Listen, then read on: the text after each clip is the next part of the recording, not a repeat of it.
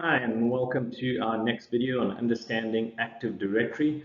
Please note that this is an overview of Active Directory and does not go into too much details. However, as Active Directory is the fundamental underpinning on any Windows Server network, it's important that you understand the fundamentals. So let's start with what is a directory service. Active Directory is Microsoft's implementation of a directory service. A directory service stores objects within your network. So it stores objects, information about the objects, organizes those objects, etc. Active Directory is Microsoft's implementation of directory service. Please note that this has changed over time from Windows 2000 all the way up to Server 2019. AD is based on a domain structure, requires DNS services to function. So domain name system is important and actually relies on the service records within DNS. Active Directory can store millions of objects and as a result can scale to accommodate most networks. All domain controllers contain a copy of Active Directory stored in the database. Okay, so what we need to look at is the evolution from Windows NT4 Server to Active Directory in Server 2000 and beyond.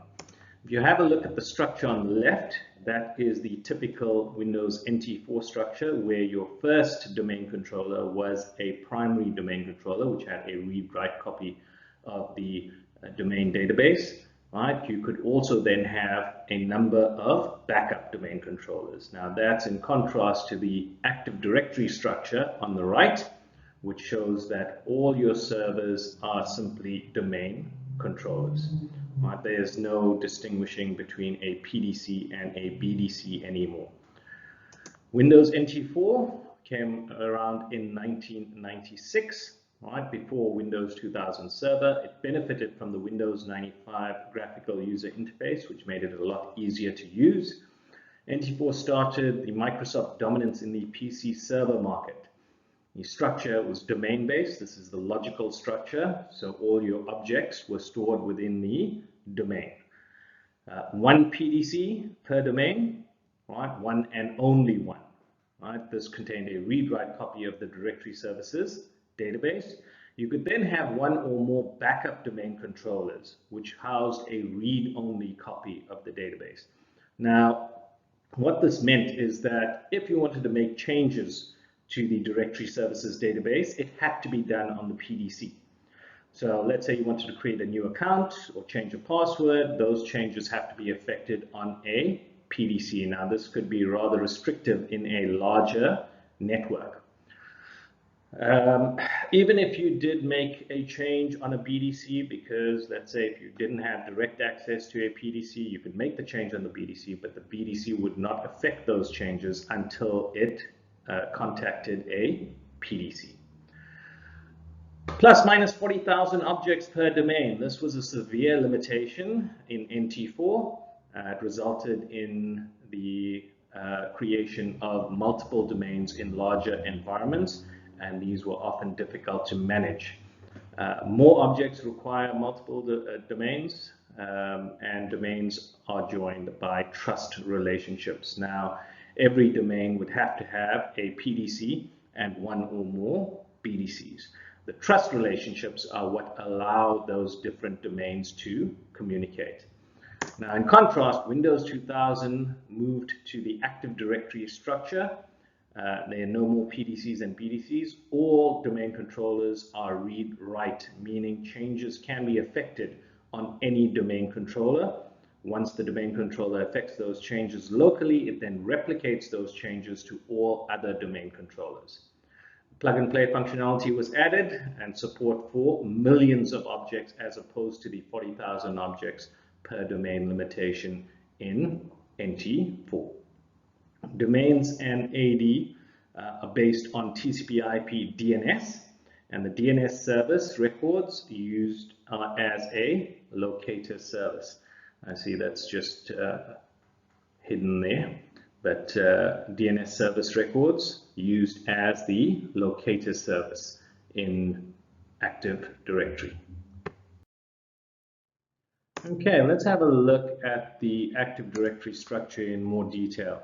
All right, all DCs are read-write, as we said before. You can make changes on any DC. Right, changes are replicated to all other DCs, and this is known as a multi-master replication model.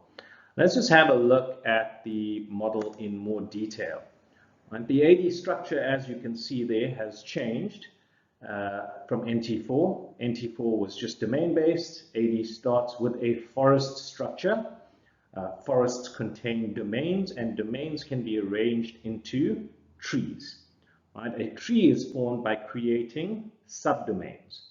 Now, if you look at the domains in the tree, they have to share a contiguous domain namespace. That means that any subdomain or any child to a parent in that tree must be a subdomain of the parent. So in this case, in our example, we've got a domain abc.com, right, and we have a subdomain x.abc.com. So that is a subdomain of abc.com. And you've also got another subdomain there, y.abc.com, right? And those three domains together form a tree. If you look on the right-hand side, I've got a domain xyz.com. Now that is not a child or a subdomain to any parent domain. As a result, it is a separate domain in a separate tree. All right, so trees are formed by creating subdomains. Organizational units are created to organize leaf objects within the Active Directory structure, right? These may be users, computers, and printers. So within a domain, you can create organizational units, and this can be seen very much like a folder structure on your computer, where you don't just have all your files scattered all over the place. Instead, you create a folder structure to organize those files. So to organize the objects in Active Directory within a domain, you create organizational units. Within an organizational unit, just like within a folder, you can create a subfolder, or you can create another organizational unit. All right, so that structure makes organizing your objects very easy. Trust relationships allow access between domains. These are automatically created between domains and subdomains in a tree, right? They are also created between the root domains in each tree, right? What this means is that by default, any object in any domain within a forest can access any object in any other domain, provided they have been assigned the correct permissions, right? In all other cases, you would have to manually create trust relationships, right? And you could do that for various reasons. If you had a separate forest that you connected to, so for example, if your company purchased another company that already had its forest Active Directory structure set up, you may have to create an external trust in order to facilitate communication. Okay, the first domain controller. Very important. When you create the first domain controller by running your DC promo to create a domain, it creates the first forest, tree, and domain, as well as some default organizational units. Right?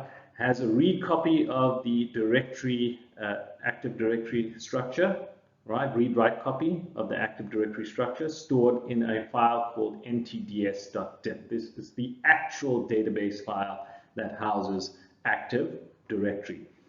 Active Directory, the database, is no more than a repository to store information. It's also an extensible database, meaning that it can be changed to accommodate different objects. Okay, so when you create that first domain controller, it also creates the AD schema. The AD schema, or Active Directory schema, is the structure of the AD database. And as we said, that is extensible, meaning that it can change. You must have access to a DNS server for the domain, or you must run DNS services on that server itself. Remember, DNS is the locator service for Active Directory. Right? Your Active Directory will create service records in DNS to facilitate this function. Performs specialized functions, right? Your first domain controller will also perform specialized functions in terms of Fsmo roles and global catalog. We'll talk about those a little bit later on. All right, subsequent domain controllers in the same domain. right, must have access to another DC and DNS, right? In order to create a subdomain, for example, right, you still need access to the parent domain. If you're creating a DC within the same domain, you need access to a domain controller within that domain. When you create another DC within a domain, it makes a copy of AD and it stores that locally. So all DCs within a domain would have a copy of Active Directory. Once installed, you can make changes to the AD database from that new DC. Remember, it's a multi-master replication model, which means you can make changes on any domain controller and those changes will be replicated to all other domain controllers.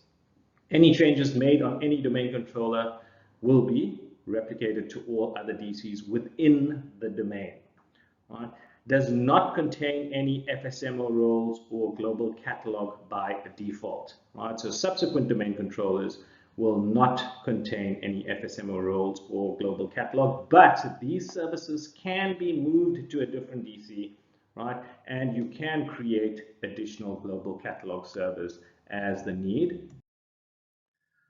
Your Fsmo roles, flexible single master operations, right? As much as we've moved away from the PDC type environment in NT4, there are still some things that need to occur, and there needs to be one central server that takes care of those services, right?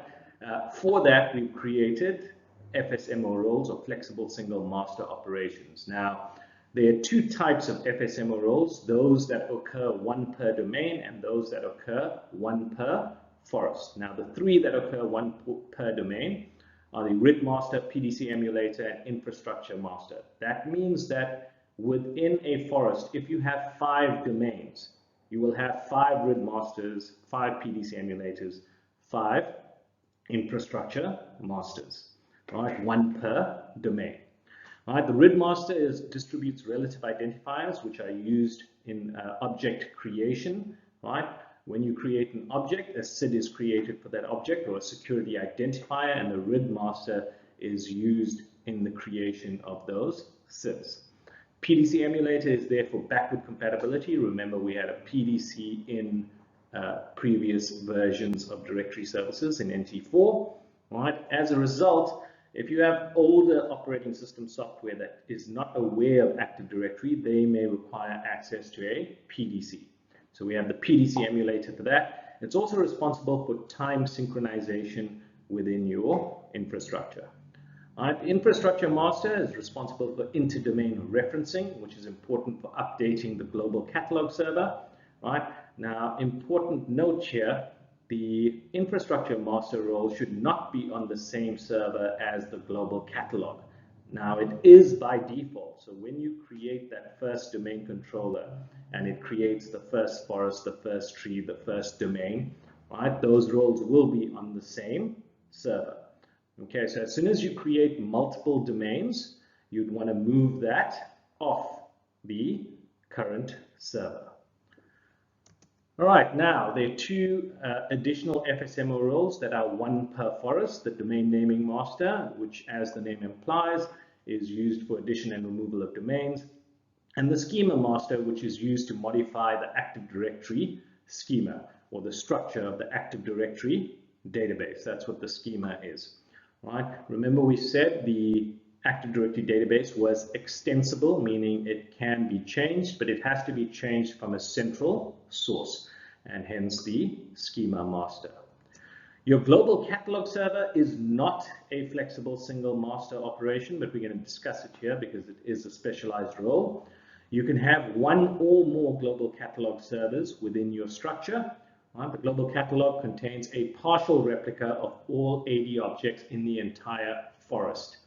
It's used for forest-wide searches, example when using universal groups. And by contrast, a domain controller only contains the AD objects for its own domain. So a forest that has 5 domains, a domain controller within a specific domain would only contain the Active Directory objects for that domain, whereas a global catalog would contain the Active Directory objects for all the domains within that forest.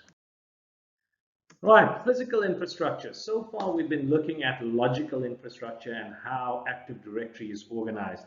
But in addition to the logical structures, forests, trees, domains, and OUs, right, we also need to look at physical infrastructure. In an ideal situation, resources should be located closest to the users who make the most use of those resources. And this will improve access times and reduce bandwidth usage. There are two physical infrastructure components we're going to look at. Your domain controller placement. Domain controllers, or DCs, contain a copy of AD and are responsible for authenticating users. It's just one of their many services. There are many other factors that may influence domain controller placement, and you need to look at the best solution for your environment. Then we have Active Directory sites. Active Directory sites are defined by subnets. Right, so you will define a site in Active Directory, sites and services, right, and they are based on TCP/IP subnets. Sites are used to control replication traffic. When you have sites, physical sites, separated by WAN links. Those WAN links tend to be expensive, and they also tend to be rather slow. So you may want to control exactly when replication occurs between those sites, or modify how often replication occurs between those sites. If you don't make any changes, the ISTG, the Intersite Topology Generator, will be responsible for the replication topology between sites. You can also modify the protocols used for intersite replication. There are two protocols that can be used, RPC over IP and SMTP. Generally speaking, you should use RPC over IP when you have fast, reliable links, and SMTP when you have slower, less reliable links. Minimize traffic across WAN links and make use of local resources are two of the other benefits provided by sites. All right, and that's the end of our overview of Active Directory. Please note that this is just an overview. There are plenty of other important things to learn about Active Directory. And if you have any comments or feedback, please feel free to leave those, and we can discuss some of that as we move on with other lessons.